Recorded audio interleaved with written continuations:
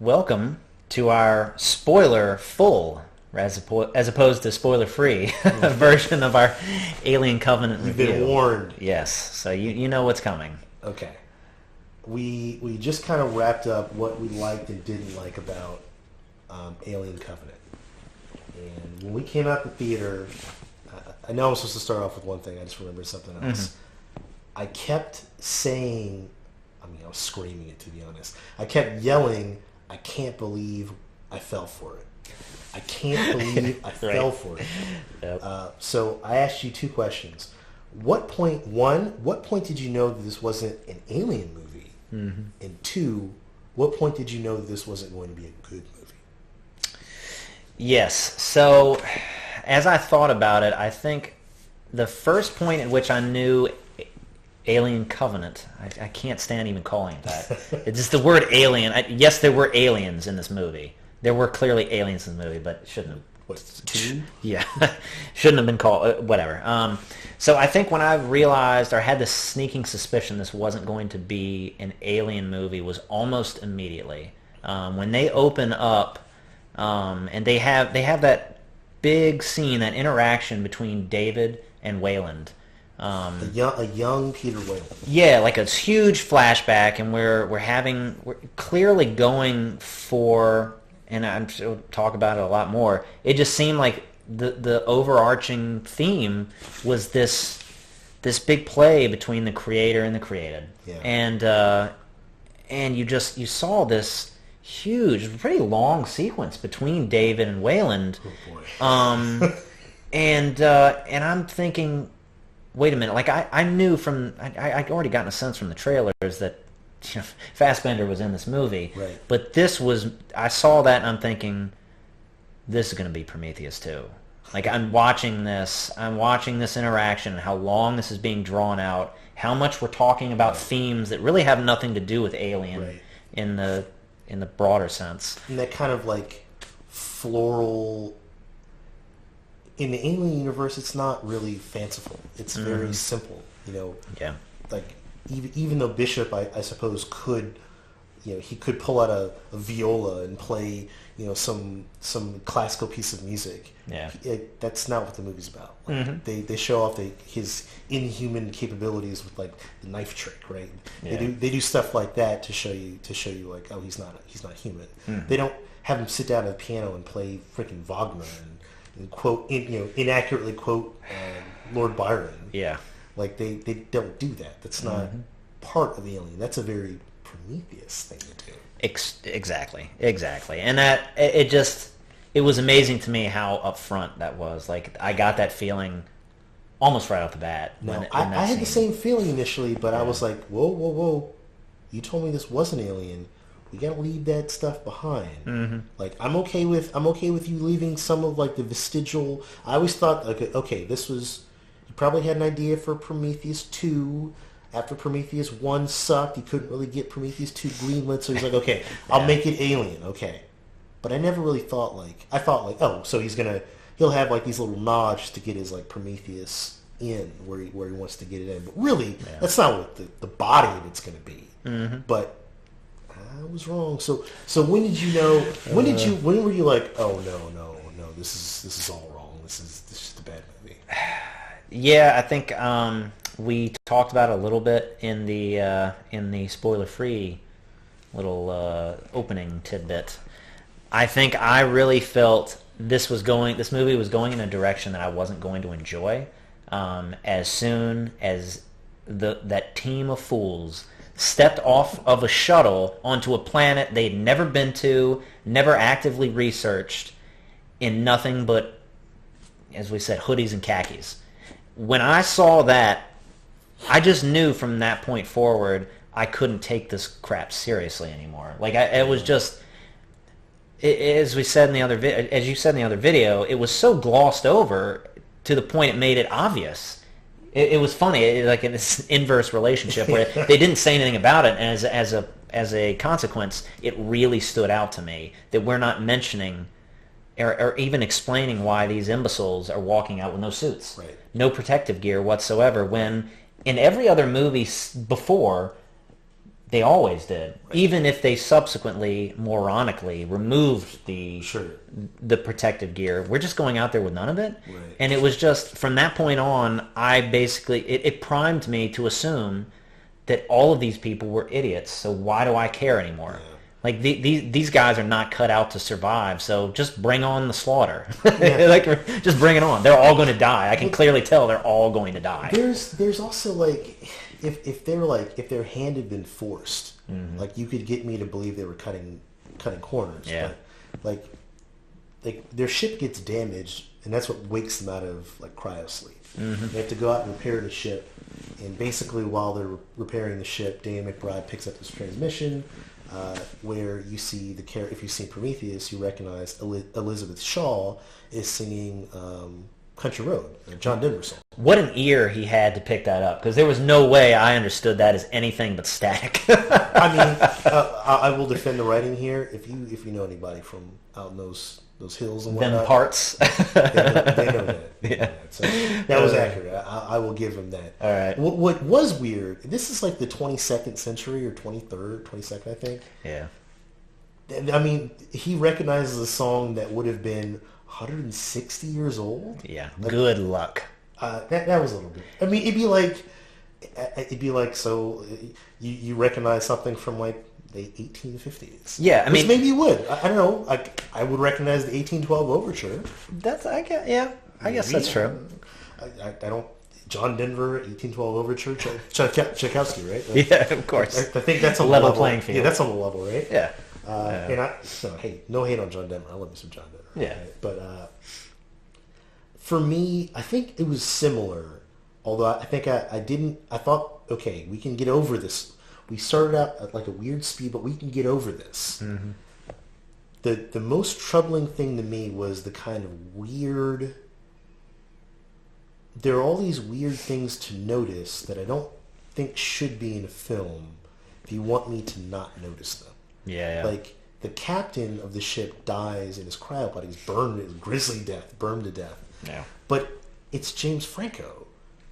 And, like, I didn't recognize him in the tube, but they, like, play a video of him talking to his wife. Mm-hmm. And I looked over at Ben and I was like, is that James Franco? Yep. Which is like, that shouldn't have bothered me, but it kind of stuck with me. And I just kept, I felt like I was being asked, look deeper, keep looking deeper at everything. Mm-hmm. So, like when they go on the planet, like I was hyper tuned to, wait, you're not wearing suits? There's the sequence where I was like, oh boy, we're all in now. When the two idiots get dosed with the alien spores, the first guy's like, I'm not making this up. He's like, I'm gonna go take a leak. And he walks over and he tramples in these spores and he gets dosed with the spores. And then Benning looks over at me and he's like, he never even pissed. That's true. That is true. Oh, I forgot about that. He just went over and smoked a cigarette. By the way, smoked a cigarette on an alien planet? What are you talking about? He just had to be the first guy to do that, I guess. And then the other guy, who's a soldier, like sees the same pods, and like I did in the other video, he calls them out and sticks his face right in it. And I think, look, I try to be respectful when I'm watching movies, but I'm pretty sure out loud I said, you're just going to put your face right in it? And you know what? I think you did, and actually most of the people around us busted out laughing as a consequence. So pause here for a second. When we got to the theater, it was a late show, and everyone in the lobby was black. Mm-hmm. And I was excited because I thought we were going to have an all-black theater. That's right. Which... it makes a difference, folks. It really does. And if you don't like it, don't see a movie in all black theater. But I thought, okay, there's a chance this movie might not be good, and if it's not good, I want to be able to call this movie out in an environment where that's allowed. Exactly. And typically, you get that in the black theater. Yep. Now, strangely, the theater was not all black. Yeah, I don't know where everyone went. I don't know what movie they were seeing. I was confused. Like, I missed the last meeting. I didn't know which movie I was supposed to see. But so I was kind of like, man, I'm not going to get to do that now in this garbage film. there's a sequence when like everyone's trying to get this sick people to like the medical quarantine, like which shows you they envision having to have a medical quarantine, and this lady, these two people slip in the same pool of blood, and almost knock themselves out like 90 seconds apart. Yep. And I remember thinking like, boy, I'm just not sure these people are fit to make it out of this one. And for me, that was almost the point of no return. I don't know if there was a point of no return, one specific point, but that was certainly one where I was like, I don't know if we're ever going to be able to pull out of this tailspin. Yeah. Yeah, it was indicative of everything you saw in the movie, which is, again, a continuation of Prometheus 1, where everyone involved seems completely unprepared for what is in front of them. And it's just like, you're undertaking, this group of people is undertaking the most monumental of tasks. Sure. They are traversing empty space to go settle a brand new planet. And yet somehow very basic aspects of what you would assume would be exploration and colonization is beyond them. So like they're not prepared for the most basic aspects. So I left something out. I didn't finish my explanation. They're able to repair their ship. They make a point of saying, "Oh, you can fix the ship in 48 hours. No big deal." That's right. Then you can hop back and cryosleep and keep going. Now, with a very minor rewrite, they could say something like, "Look, we're leaking fuel. We're not going to make it there. We're going to be we're just going to be floating in space, and everyone's going to die in whatever time frame. Yep. We need someplace to settle down. Oh, look, there's this planet. We have to go do this." Would make all the difference in the world. And then maybe you can even come up with something like the damage to the ship destroyed the area that had all the containment suits. We have the one suit to go out and fix everything, and that's all we have. Yep. So you could rewrite this to where you could have them exposed, and actually that could have kind of been cool, where everyone knew we are in danger because we don't have our environmental suits. We are in danger because we don't have the equipment that we would have used to survey the planet that we had done all these tests for. We're on this world that should be hostile but doesn't seem hostile. Yeah. So I'm almost seeing it now where you could have everyone like paranoid, like, how come there isn't any life here? There's no sound. Like, I don't hear anything moving. And you could have everyone's like, I think I hear something even though I know I don't. Which you could have all this really great paranoia, all these blind corners, and all of a sudden this movie is actually suspenseful. Right, like I'm almost wondering, like, the plan here must have been, I need to pick up, clearly what was most interesting to Ridley Scott, the thing he wanted to follow up on, was the David character. He didn't really care about, sure. Like, the xenomorph is there almost to get you more David. And admittedly, the David character, I think, is interesting in his own right. Not to me more interesting than like an Alien film, but if you told me there was a movie about like a malevolent android that believes he is beyond morality, like, okay, that could be potentially interesting. Yeah. Again, I don't think that's what Alien Covenant should be about. So I think I brought up to you, which is a great opportunity to bring up the two. Michael Fassbender plays two roles. He plays the android David from Prometheus, looking significantly taller than last left him, and the other android Walter. And he plays, I thought his dual roles, he played them very well. There were not a lot of similarities between the two characters. They were very different performances. So I don't think I'm breaking any ground here. Michael Fassbender, great actor, tip my hat to him. I thought he did a great job portraying both characters. For sure. I will say, however, the garbage they had him doing as David was nonsense. There is this ridiculous sequence where he is, I guess he has found or fashioned a flute of some kind, like a wood flute, right? And he plays the flute to entertain himself. And the second android, Walter, who is he's the next model. He's less I don't know, less evil than the like they've edited the programming of this particular model so he doesn't have all the kind of like independent, malevolent, unnerving things that David had. Mm-hmm. Where David admittedly was a creepy dude before he like went full evil, right? Yeah.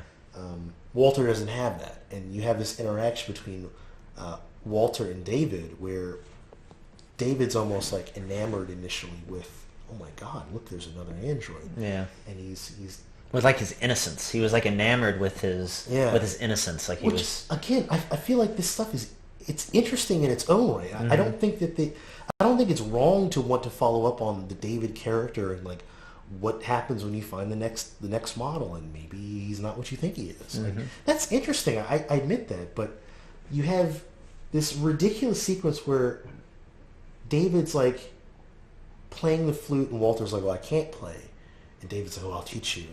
And you know he's still playing like David, but probably up to 11. Like he's more unnerved or more unhinged. Like I don't think there's any reason to trust anything that David says. Yeah. And he's like, here, and I'm not making this up. And look, I know this is sophomoric, but I can't help but to go there, especially knowing how the scene ends, or one of the later scene ends. He's like, here, put the tip in your mouth. I'll do the fingering. Yep. You can't make this. You just can't make it up. Now, if this were Alien, I think it would just be some sophomoric humor between people razzing each other. Yeah. Like I recall Yaphet Kotto and another character giving Ripley a hard time. They're venting all the gas and giving her a hard time. Huh? Can't hear you. Yeah. Like that's part of Alien, but like in Prometheus, like everything is like there's a layer and a sub-layer and another layer. Yeah. Like, was this like a sex scene between two robots? And it was super creepy. It was really creepy. And then he kissed himself. Like, Michael Fassbender kissed, I mean, clear as a stand-in, but like David kissed Walter. And was that like, was he trying to have sex with him? Can he have seeing sex? What his reaction would be? Like, oh man, I'm just kind of like, what? I remember thinking, what is this doing in this film? Yeah, it's funny you mentioned that flute scene because that actually was also where I think that was the point where it was confirmed to me There's no coming back. That this wasn't an Alien movie. You know, I think that opening scene between David and Wayland was the big cue to me, like, oh crap, this actually might be Prometheus too, and we're not here to see an Alien movie. And that flute scene was the confirmation where I was like, okay, clearly this is the David show. This has nothing to do, as you said, the alien's existence is purely as a supporting character to put David on display. It's a vehicle for following up on the characters from Prometheus. Yeah. So there's also... So Prometheus ends, there's only two characters left from the Prometheus. The head of David and the character Elizabeth Shaw, who despite not being not being smart, despite making ridiculous decisions, she survives. Maybe she wasn't that ridiculous compared to the other people. But she survives, right? Yeah. And she has the head of David, and David says, I can fly you back to Earth. And she's like, I don't want to go back to Earth. I want to go back to the homeworld. Okay, fine. That's her character. You know, she's got the faith, and that's the character with all the faith. Okay, she wants to meet her creator, I guess. So I think the question that any person who's seen Prometheus is, where's Elizabeth Shaw, and how did you get a body? And David says, you know, Elizabeth Shaw, she was so compassionate, I fell in love with her. She died when we landed here. We crashed landed. There was an accident. We released all the black goo that was in the ship. It killed everyone. That's why there's no people here. It was horrible. I buried her body in the garden, and she rebuilt me a body. Pause there. This robot killed your man, poisoned your man, infected you with an alien creature, which when it came out of you was a squid, and by the time of it, you used that same thing to face rape the engineer and save yourself. This dude was responsible for all that, and you built him a body? Oh, yes. Survival 101 right there. I actually just watched the featurette today of her rebuilding the body. Oh, I never actually watched that. Yeah, I didn't know. I didn't know that was one of them. I happened to find it, just kind of browsing YouTube today, and I'll be damned if she didn't somehow fashion him a new body and then connect the head to him. So I almost wonder. Like, she makes the point of, like, I'm doing the best I can, and David's like, you're so compassionate. You're so compassionate. Part of me wonders if, like, he was damaged, or through the repairs he was made further deranged. Could be. I mean, that's, again, these are interesting questions for another film. But realistically, why would you give him a body? Yeah. Like, she's an anthropologist, she's not like a programmer. She can't be like, well, I'm going to take out these routines that made you murderous. Mm-hmm. She looks at, like, bones and fruits. Yeah, well, and I'm pretty sure they made it a point in this movie, in Prometheus 2, Alien Covenant, whatever the hell you want to call it. They made it a point to say there's a big difference between David and Walter, in that Walter had the ability to self-repair. I never got the impression David had the ability to self-repair. He did not have that. So, yeah, if she's going to rebuild... I didn't see that little featurette thing, which, again, I'm going to mention in a second. It's related to what's over our heads behind us. But, the amount of technical know-how she would need to rebuild an android that has no self-repairing mechanisms... That seems to be beyond her skill. How would you possibly do that? I mean...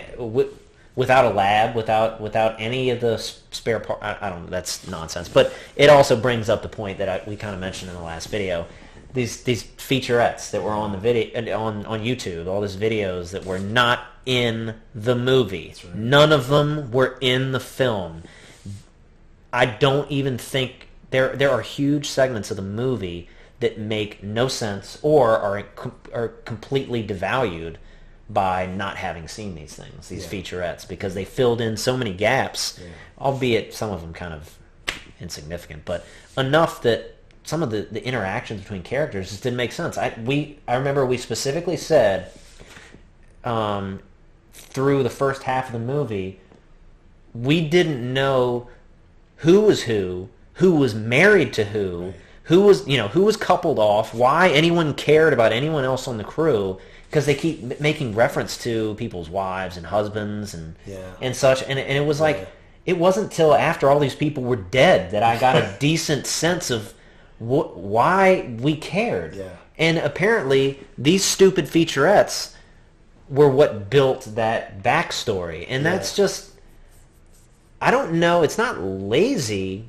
to do it that way. It's just a little presumptuous to assume that all of us moviegoers give two craps about watching all of your featurette promotional nonsense on YouTube to get an idea of what your film's about. I think it's interesting to have the option to get more. More, exactly. But, more, not the foundation. Well, right. This was foundational stuff. Like, this was background. This is like bridging the gap. Yeah. Like, it wasn't like the Marvel stingers are additional. Like, if you were to give me more stuff after the film, or more stuff that would flesh out some of the supporting characters, but not in a way that, like, here's how these characters work together. Yeah. There's like, I can't think of one, but like, if you wanted to flesh out, like, this is how this machine works. Mm-hmm. Okay, fine.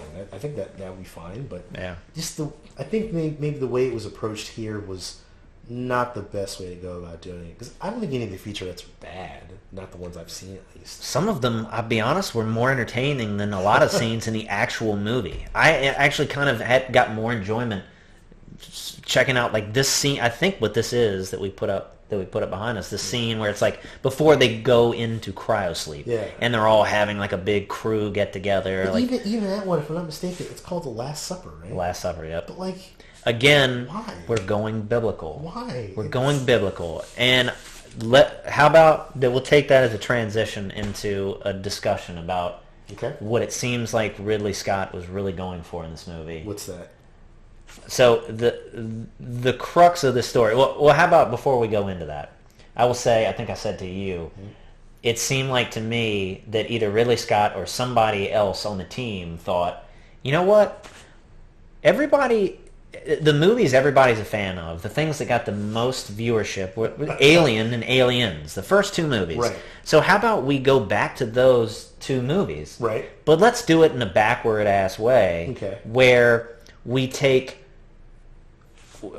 Ash, Right. the android from the first movie, Right. and we take Bishop from Aliens. Right. Clearly the two most important parts of this movie. Clearly. I mean, obviously the only reason people liked Alien and Aliens was because of the androids. And let's pit them against each other and just flesh out a story around it. Right. Because that's what this ended up being, frankly. It was like, you had Walter, which was Bishop, this incorruptible, like, just human ally. Right. A really, like, decent thing, Right, entity, right. this Right. person. Yeah. And then you had, of course, had David, who was Ash reincarnated, that was just fascinated by this perfect being that had, this apex of evolution. Yeah. That would go to no length. There was no length he wouldn't go to further this being. But aside from that, this story seemed to be. The focus was this interplay between the creator and the created. Yeah. It was like this thought experiment of this notion that the creator imbues his or her nature upon the creation. Sure. And it was just that they seemed to put that thrust in Prometheus 1, and this was a continuation of that, where we're trying to find our creators. Now, humanity is out to find their creators. Go figure, this creator is not some perfect being. It's these engineers who turn out to be pretty violent, imperfect SOBs. These are not great beings. Right, and ultimately they're not like... Suppose like our concept of like ethics is off the scale, right? Like violence, compassion towards life, consideration of life isn't on the scale. Yeah. Suppose like there's a higher plane of existence and understanding where that's not on the scale. Yeah. The engineers get wiped out by us like left and right. Like Yannick, the pilot from Prometheus, blows their ship up. Like he just rams their ship and blows it up. Yeah. And then the one that survives, I guess the one survives, and he falls for like an okie doke. Elizabeth okie dokes him with the I think it was called the trilobite. I can't remember whatever that tentacle rape monster was called. Yeah. That was he gets killed by that thing. Like okie dokes him, no problem. Yeah. So let's transition there to what I thought was a legit plot hole in the film. Maybe it's wrong to call it a plot hole. So initially David tells Walter, when we got to the planet there was a horrible accident. He tells everyone there's a horrible accident. In the accident, we crashed the ship. In the crash, it killed Elizabeth, and it released the black goo. Yeah. Fine. I'm willing to go with that. It's lame, but it's fine. So this is the engineer. I assume it's the engineer homeworld. And the reason there's nothing left alive is the black goo. Like it was an extinction level event. It mutated everyone or used them for hosts. Whatever hatched killed everything else, and that's why there's nothing left. Yeah. Okay, I mean that's not interesting in the least, but I mean it's the least interesting way to present the engineer homeworld. Yeah, for sure. Sans engineers. Although that imagery of when they're running through the courtyard, and you see all like the bodies like almost like encased in ash, like Really like a cool. volcano, like a volcano's like lava flow. Like that looked really cool. That was a haunting image. Yep. So, as later on in the film, David is confronted and he reveals, I think to Billy Crudup, that's not how it went down. Like when I got here, I dropped the bomb on them and like intentionally mutated them. Yeah. And I'm so evil, but don't worry, I've got the perfect life form. Come stick your face in this. Yes, of course. Okay. Yeah. We'll leave Billy Crudup for a second. I know this is very Western of me. I know this is very American of me. But let's just suppose that an alien life form found one of our probes that we sent out in space. Yeah, yeah. Like V'ger. If you're familiar with Star Trek. Star Trek, right? yeah. Like, V'ger didn't just fly back to Earth and like, oh no, it's V'ger. Like, we saw V'ger coming. Like, we sent Kirk out to go handle V'ger. Like, he encountered V'ger in space. Yeah. Like, before it got to us, right? What didn't happen was V'ger didn't like fly down on top of in Star Trek the Starfleet Academy is in San Francisco. Yeah. I assume that's where like the hub of government is. It didn't just fly above San Francisco and then just like drop the atomic load all over the planet, right? Like that's not what happened. Yeah. So like if somebody found one of our probes and like flew back, like we would pick it up on the scanner, we would like try to communicate with it. And if it didn't communicate properly, we would like blow it to Kingdom Come. Oh, yeah. Like we wouldn't just let it fly down on top of one of our cities and then just like drop like or like okay, so maybe the analog's not right. Maybe somebody finds one of our bombers, right? Like, if it finds like an old B-52 or whatever we use now to drop bombs, and like flies over DC, it'd be shot down so heavily it would never break the airspace. Oh, yeah. Like it would We wouldn't make intercepted. runway space for it so it could land, so we could say hi to it. Thousands of people wouldn't go out in like the mall in DC and like, oh look, it's one of our old ships. That's not how this would go down. No. So I know that there's like, I'm sure Ridley Scott could sit down and be like, well, on this planet, here's how it goes down, and here's how it worked. But to me, somebody who wasn't an engineer flew a warship, over their capital and dropped their doomsday device and killed everyone on the planet. Yeah. And With no contest whatsoever. Right, and like I know he says the ship crashed or whatever, but like we were never shown like, oh, then the fighters came out and blew it out the sky. Like, it doesn't. It was not a hostile welcome. Like they were there to welcome him. Yep. So problem number one, I don't think you can't sell me. You need to do more to sell me that that's how it went down. Yeah. I'm willing to go there, maybe, but I doubt you're going to be able to account for that. Two, when we find David there, he's been there for like a decade. He's been there for years, and he's stranded there.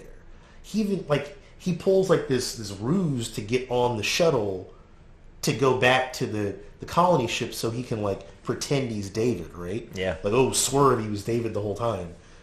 Or Which swerve, you he was knew- Walter the whole time. Yeah, which you knew immediately. Right, like, of course we knew that. Like, this movie can't end any other way.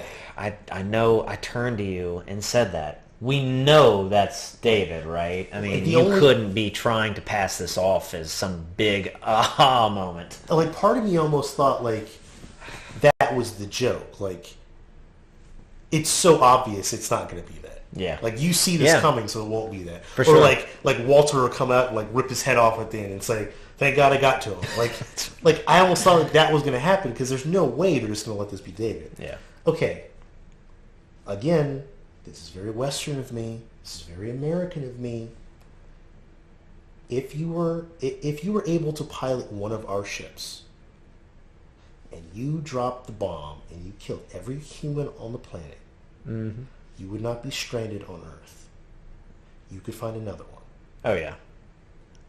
If this was their homeworld, you mean to tell me they had one ship capable of extraterrestrial travel? One. Yeah. Just that one.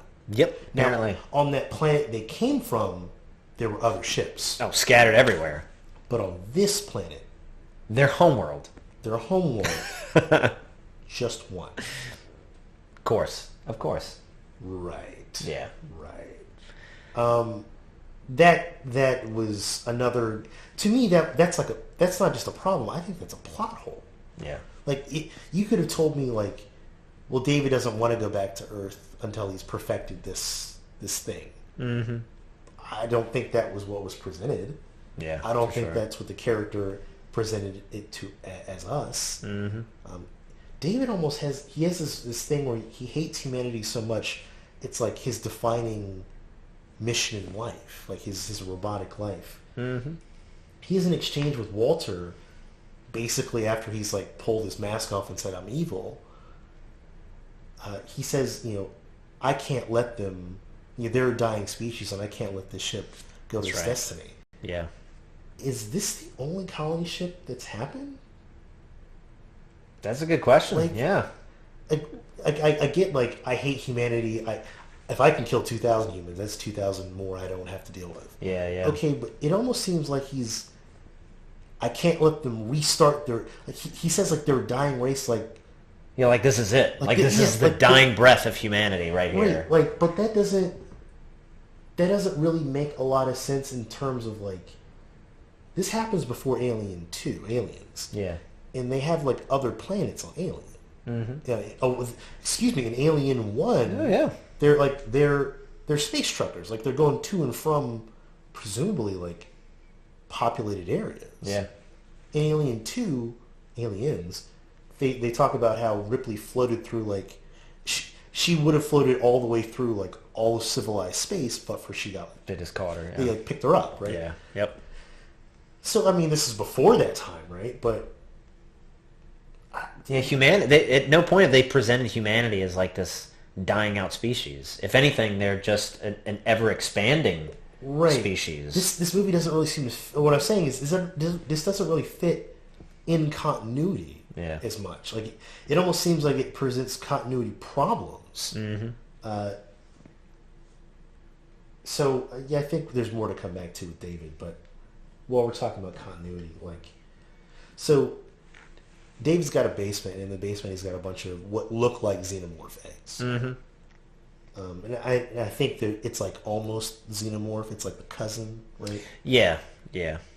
Okay, but he ends up on the ship, and he's got the ship, and he's got 2,000 people and a couple of face hugger embryos, and maybe he brought some of the black goo. I can't recall. Mm-hmm. Clearly, I don't really care. Okay, but this all ends with the crashed engineer ship on LV-42, whatever it was, with the chest burster having burst out of the engineer and the ship full of eggs. Yeah.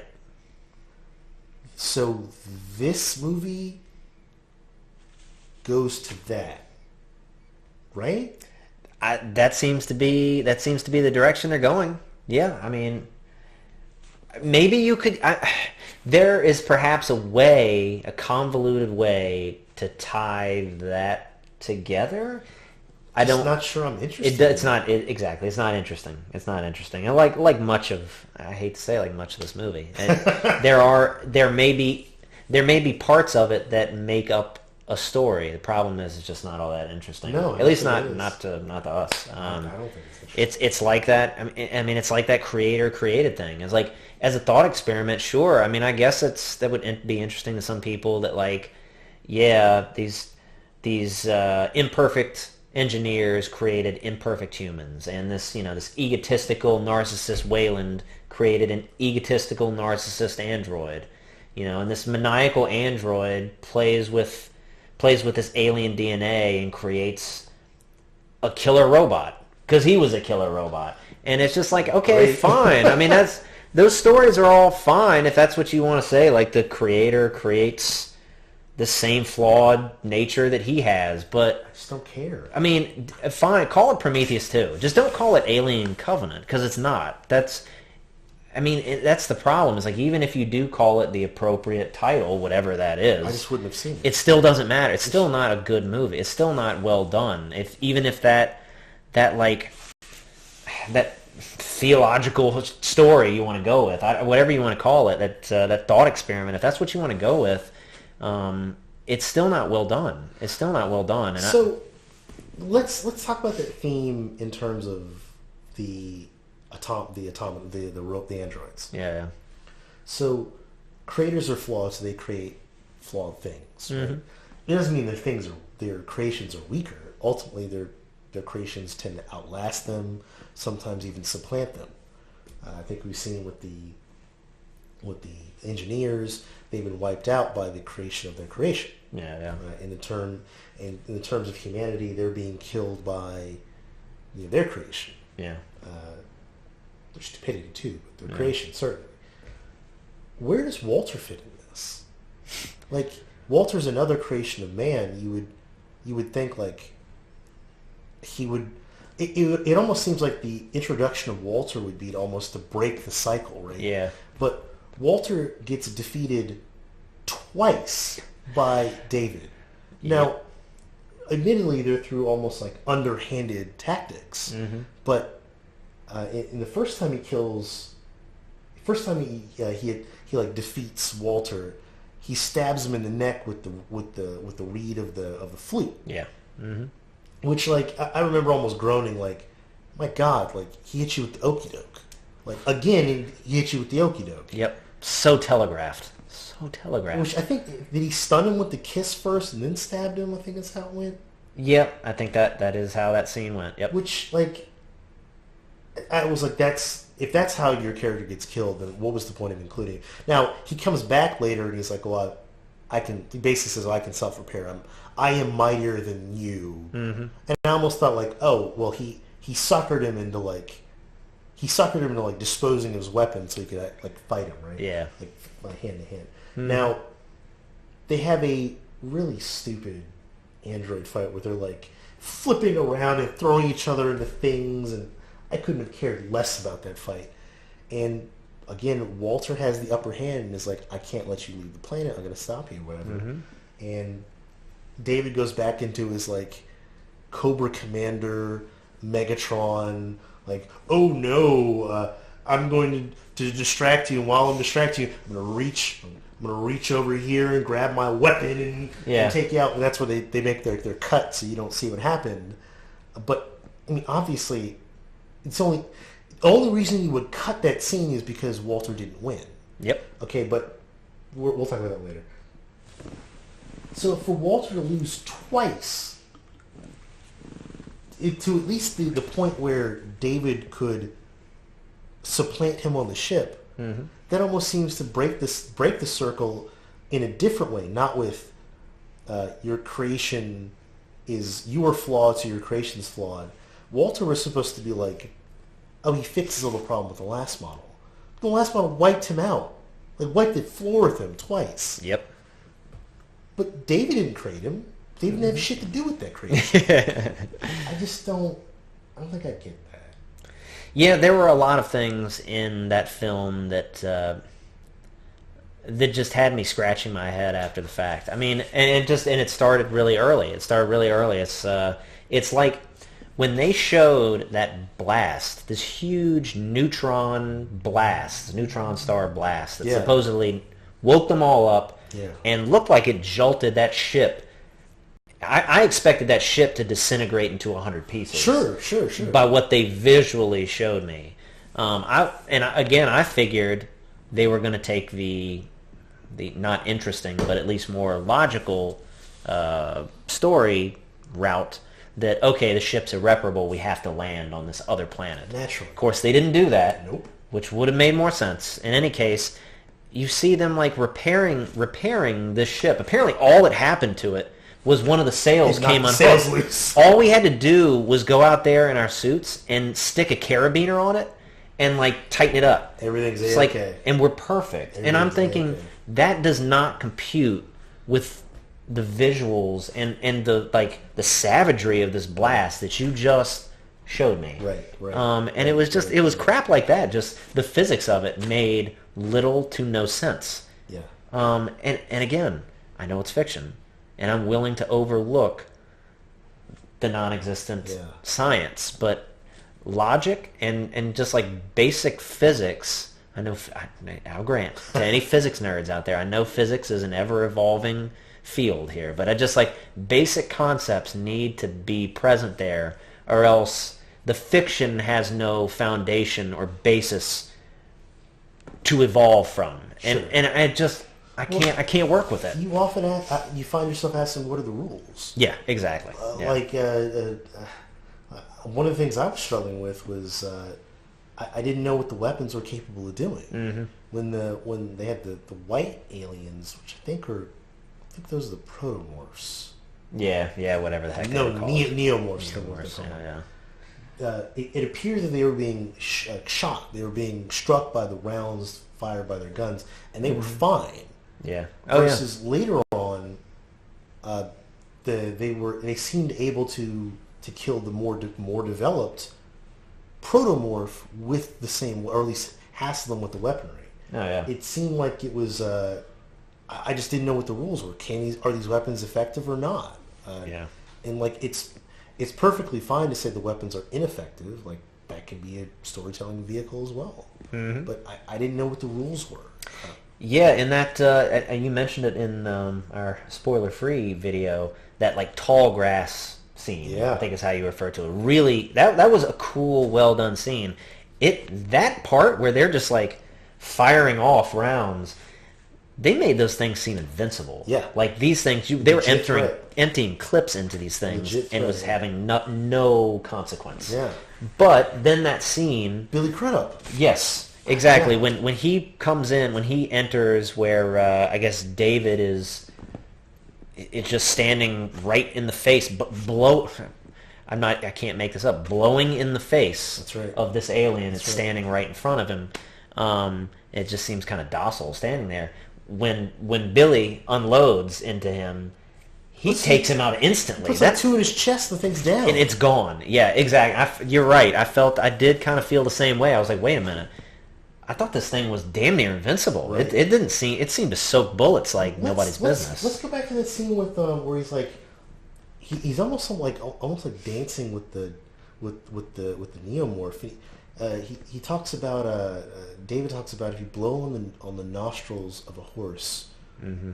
he'll belong to you forever. Which I'm sure it's from a book or something. Yeah. I'm sure he's quoting like Tennyson inappropriately or something. But he's trying to like tame this thing. Yeah. Which that's probably interesting of some renown, some concept of some renown. Didn't the xenomorph kill Bishop like hard? Oh, most certainly did. Yeah. Now I realize it's not the same thing. Like mm-hmm. these are related creatures, but they're not the same thing. Mm-hmm. And this is actually something that I thought was cool. Like why is he able to go about his business with these creatures? Like, shouldn't they be also trying to kill him too? Yeah. So I actually think that comes back to this creator story that I think they were focusing on. You actually pointed out. I remember feeling the same. Getting the same vibe from it. Later on in the movie, a little cue that they had. So to start off with, like that. Whatever it was called, the neomorph program, or whatever the hell we're calling that thing. The white guys. The white guys. Yeah, so they seemed to behave like wild animals. Okay. They actually seemed, this original alien, whatever the engineers had genetically created, or whatever could take form with this black goo, potentially, really seemed to behave like a wild animal, like you would think of a tiger. They would kill, perhaps not wantonly, but if provoked, they would kill, or to survive, they would kill. Okay. But they can kind of be some form of docile. Okay. That you couldn't call them domesticated in the sense of a dog or a cat. But, they could be... Conditioned. Conditioned, yes. Okay. Once this, I don't know, it's not the ultimate xenomorph, or whatever David creates with the facehuggers. And he does explain, like, he's gone through generations of different mutations. What he's created, again, is this, like, he's imbued it with his nature. He's a murder machine, and basically he has created a murder machine. Because this thing, as you pointed out, when, in that, like, ending sequence, or almost ending sequence of the movie, when, David is playing along like we're supposed to somehow believe it's still Walter, and opening, closing doors on the ship to funnel the alien in a particular direction. Not that we've ever seen that tactic before in a previous Alien movie. And his creation sees him, his image, up on the monitor, seems to react to it, and it just instantly attacks it. which I thought There's was a no cool love note. there. I thought that was a cool note. Yes, and it was like it seemed to be signaling this thing is not docile. There is no containing this. This just like David wanting to kill his creators at any cost. Ew. This thing was going to kill anything and everything that got in its way. And it's like I want to like that. I want to think, man, cool. Props to you with coming up with an interesting story, but It just it didn't belong. it doesn't resonate here. Yeah, it just doesn't. It doesn't resonate here, and you just did such a poor job of trying to take that story and make a film about it, right? Yeah. If that's what you wanted to tell, Yeah. it just didn't do it very well. Yeah. I agree. And like knowing how, not knowing how it ends, because Lord, I can't get you from the ending of this movie to the beginning of Alien. I can't get you there. Doesn't mean you can't get there, but Yeah. But knowing kind of like this doesn't. What I don't think is the case. I don't think this is just an aberrant series of movies that just goes on like you have the alien lore is you go from like Alien all the way up, like the path that is Alien. I don't think that these movies are like entirely parallel. Mm-hmm. Although that would be what a twist that would be. Like the whole time you thought this was going to feed into Alien and just never did. Yeah. It was just like, oh no, I just want to do something else. Yeah. Well, when Prometheus came out, isn't that kind of what Scott said? Was like, this is an Alien. We're going in a different direction with Prometheus. So maybe that's what it is. Like maybe that's why the xenomorphs are like there, but not really, because it's not really about. I don't know. Yeah. Look, there were people have like really gone into detail of like looking at the still images of the last form of the xenomorph you see, I saw one guy really point out like it's lacking some of the more mechanical elements of Like that biomechanical stuff, yeah, like tubes. right. And look, maybe that's intentional, maybe it's not. Maybe Yeah. it's just a different artist's rendition. Mm-hmm. But like, if this goes to a place where like David gets face huggered, like, look, I see what you're saying. Yeah. I don't. It's not that I don't want to see. Oh no, David's my favorite. No, I don't. Hell, David, I don't care. About Yeah. David. Like, No, yeah. but if this goes, if I'm watching, look, I'll spill the beans. If they make a sequel, even if they make Prometheus 2, I'm seeing it. Right. Like I said, I had a blast watching this film. I have fun talking about this film. They're going to do another one. I'm not paying full price for it. Exactly. Might not see it in theaters, but I'm seeing it. Yeah. It'll at least give us a lot to talk about. So if Nothing like else. 2, 3, 4, 5 years, I see another one of these, and like David gets like face huggered and births like like what we recognize to be the Xeno. Mm-hmm. I will chuckle to myself, take a sip of whatever I'm drinking, and think about this conversation we had today, where we picked apart this film that you and I don't really enjoy very much. Yeah. Is there anything else you think we should cover in this video? We're closing in on an hour here. Yeah, I think we touched all the bases. I think we covered everything that, at least my takeaways from it. Yeah. I can't come up with anything else that really struck me. I mean, it was a movie that as soon as we came out of the theater, I knew I just didn't like it. Yeah. And I tried afterwards to rationalize it and come up with maybe things that maybe I just overlooked. Sure. And I think some of what we talked about, some of like the underlying themes, maybe what they were going for, there was some promise there. Maybe there was some good stuff. You know what? If you went in there not expecting an Alien movie, I think there's enough in there for you to like it. Yeah. Like I don't think you're crazy for liking the film. Yeah.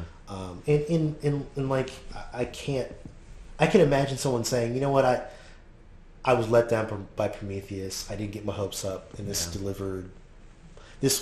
I enjoyed this more than Prometheus. I can envision someone saying that, and I wouldn't have a fuss with them. That's fine. Yeah. Now,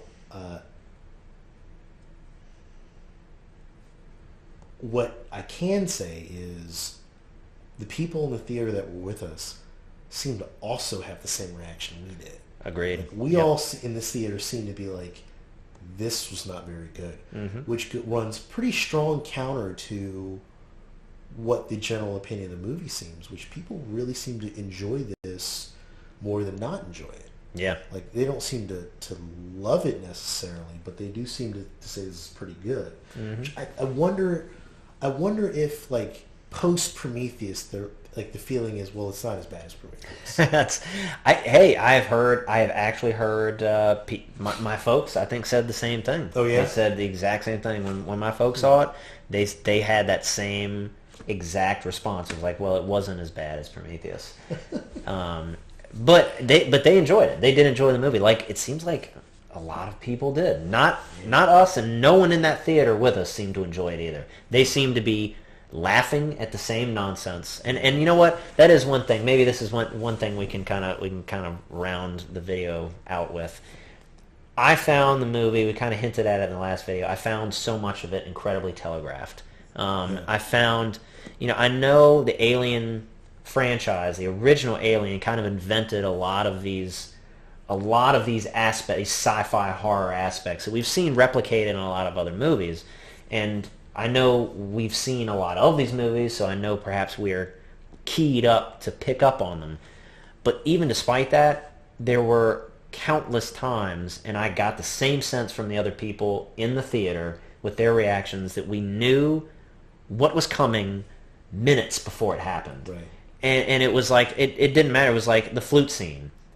When they first are playing the flute, I remember thinking, he's going to stab him with that thing. He's going to jab him in the head with it. And guess what? That's what happened. That's what happens. And it's just like, or other scenes, like when Billy, the captain, is being led down into this chasm. As soon as he started following David, I remember thinking, just kill him. Just kill him and get it over with. Right. Because we all know where he's going. We all know that he's being led to his death. Why are we drawing this out? Like, I don't care. You've drawn this out so much. You've telegraphed this so heavily. I don't care anymore. I don't actually care what happens to this character. Right. He's a dead man. Right. Just, you might as well shoot him in the head for all I care. It just, the suspense is gone. You would at least been spared the sight of him voluntarily sticking his face into this. Yes, and then the kicker was the supposed Walter/David reveal at the end of the movie, where, as I said, as soon as this android came on the ship with them as they escaped, and we turn to each other and go, well, that's obviously David. And I think, like you, I kept thinking, well, maybe they're going to prove me wrong somehow. Something's going to happen where I am not correct in that assumption. But instead, clearly, the movie, Ridley Scott and everyone else involved, assumed we were so dumb that we wouldn't see that, and actually treated the reveal like it was an actual reveal. Like, when they finally show, oh wow, this isn't Walter, they display it like this is a huge revelation. And I'm thinking, it's supposed to be a twist ending. We've known that for like half an hour now. You're just now catching up with this? Yeah. And it was just indicative of so much of the film, where I wasn't surprised at all by any of what was going on. It's almost like a flip. If you're a film fan, if you watch Hitchcock films, I really like Hitchcock films, and I've heard Hitchcock or read Hitchcock at one point explain that the way you do tension, like suspense, you have to know more than your audience, or than the character does. Like the audience, so like if you're with the character, and the character's going through like an empty house, and you don't know what's around the corner, anything can jump out at any time. Okay, that's one kind of fear. But Hitchcock would do a thing where, like, he would show you that there's a killer in the house. Now, you might not know where the killer is, but you know there's a killer in the house. Yeah. You know that, like, the killer is hiding behind a door. You don't know which door it is. So when the character is walking in the house and doesn't know where the killer is, the character could be, like, looking for his jacket and opening the door. And every time he opens the door, you're like, he's behind there. And, oh, he's not. Okay. And then you go to the next one. Oh, no, he's not. Yeah. Like, it's almost a flip to where you know that the real, like, okay, the alien on the ship is clearly a threat. But the other threat is this maniacal android. And you're almost waiting for, like... I almost thought the sequence would have been... I thought what they were doing was... She would have been like, seal off this room, seal off this room. And instead he was like leading the alien on like an alternate path. And, and like there'd be tension because you know that they can't trust him. But they don't know that. I thought the same thing. That wasn't how they played it. He just played along and then they blew it out in space and that was it. Yeah. You know, then they're going to sleep in the tube and then you get your reveal. But by doing it that way, I thought the twist would have been like, no, I really am Walter. Yeah, exactly. That would have been more interesting. They don't go there, which boy. Okay, I think that's all I probably have in me for this jalopy of a film. Yep, for sure. Yeah, well, who knows? Maybe we'll be back doing the same thing for what's supposed to be the next one. They have an Alien movie slated, right? Isn't there another one in development? I have no idea. I thought there was supposed to be a Sigourney Weaver film that was going to happen, but maybe that isn't happening. I have no idea. Well, you know what? Maybe everybody will see us back talking about that one, hopefully in a much more positive light. I'd like a good one. I'd like to actually have a fun film to talk about. Yeah, for sure. That's all I got in me for this one, man. Yeah, well, from us and the crew of the Covenant behind us, they're all alive. They survived. All of them survived the film, clearly. Yeah, so from all of us, peace out. Hope you enjoyed our no holds barred review of Alien Covenant / Prometheus 2.